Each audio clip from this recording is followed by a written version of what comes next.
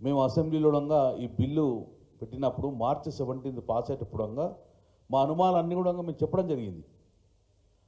ఏమన్నా అనుమానాలు చెప్పినామంటే గతంలో బీహార్ ఎలా అయితే ఫెయిల్ అయినరో, తమిళనాడు అయితే ఎలా సక్సెస్ అయిందో, ఆంధ్రప్రదేశ్ మహారాష్ట్ర ఎట్లా ఫెయిల్ అయినరో ఇవన్నీ పరిణామాలు తీసుకొని మీరు కూడా అలా వివరిస్తే తమిళనాడు తరహాలో వస్తాయని చెప్పేసి క్లియర్గా చెప్పడం జరిగింది. వీరి వల్ల క్యాబినెట్లో పెట్టి ఆర్డినెన్స్ తీసుకొస్తా అన్నారు. నేను రేవంత్ రెడ్డి ప్రభుత్వాన్ని సూటిగా ప్రశ్నిస్తున్నాను. నిజంగానే ఆర్డినెన్స్ ద్వారా రిజర్వేషన్ కలగాలంటే మరి 20 నెలలు ఎందుకు కాలయాపన చేశారు? 150-160 కోట్లు ఎందుకు ఖర్చు చేశారు? ఎందుకు కమిటీలు వేశారు? ఎందుకోసం మీరు ఇవన్నీ కాలయాపన? నిజంగానే ఆర్డినెన్స్ ద్వారా తీయాలనుకుంటే 20 నెలల ముందే ఆర్డినెన్స్ ద్వారా చేయొచ్చు ఎన్నికల ప్రక్రియ. అంటే ఒక మోసం చేసే ప్రక్రియ చేస్తున్నారు. రేవంత్ రెడ్డి గారు, మీరు ఈ బీసీ రిజర్వేషన్ అనే ఒక పులి మీద స్వారీ చేస్తున్నారు. మీరు చాలా సేఫ్గా ల్యాండ్ కాకపోతే పులి తినేస్తుంది మిమ్మల్ని, గుర్తుపెట్టుకోండి.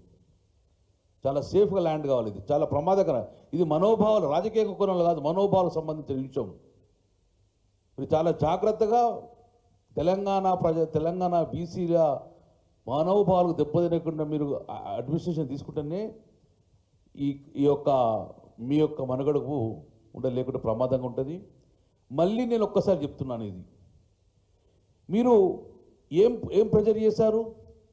1990లో జయలలిత గారు 3 సంవత్సరాలు ప్రెజర్ వేసుకొని 1994లో ఢిల్లీలో కూర్చొని ఒత్తిడి తెచ్చారు. మరి మీరేం తెచ్చిండ్రు ఒత్తిడి? ఒక్కరోజు ధర్నా చేసుకొని తూతు మంత్రంగా వచ్చేసిండ్రు. ప్రధానమంత్రి కలిసారా? ప్రెసిడెంట్ని కలిసారా? అఖిలపక్షాన్ని తీసుకువెళ్ళారా? వార్నింగ్ ఇచ్చారా?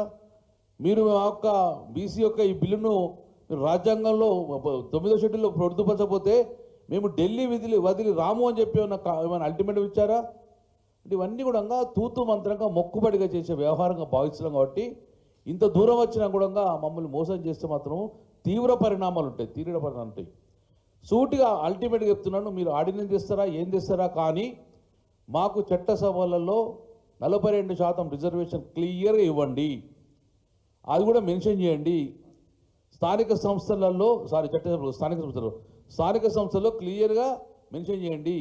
ఇవి 42% బీసీ రిజర్వేషన్ చేసినాము, ఎన్నికలు పోతున్నాం అని చెప్పండి. కానీ మీరు ఏదో ఒక సాకు చెప్పి గిట్ట 42% ఎగ్గొడితే మాత్రం తీవ్ర పరిణామాలు కాంగ్రెస్ పార్టీ తీవ్రంగా ఎదుర్కోవాల్సిన ఉంది. ఆ బాధ్యత ముఖ్యమంత్రి రేవంత్ రెడ్డి గారు బాధ్యత తీసుకోండి.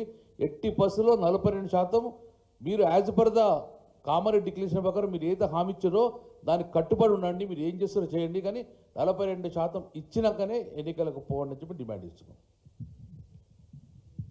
ఇప్పుడు గౌరవనీయులు సుదీర్ఘ అనుభవం ఉన్నటువంటి బీసీ కమిషన్ చైర్మన్గా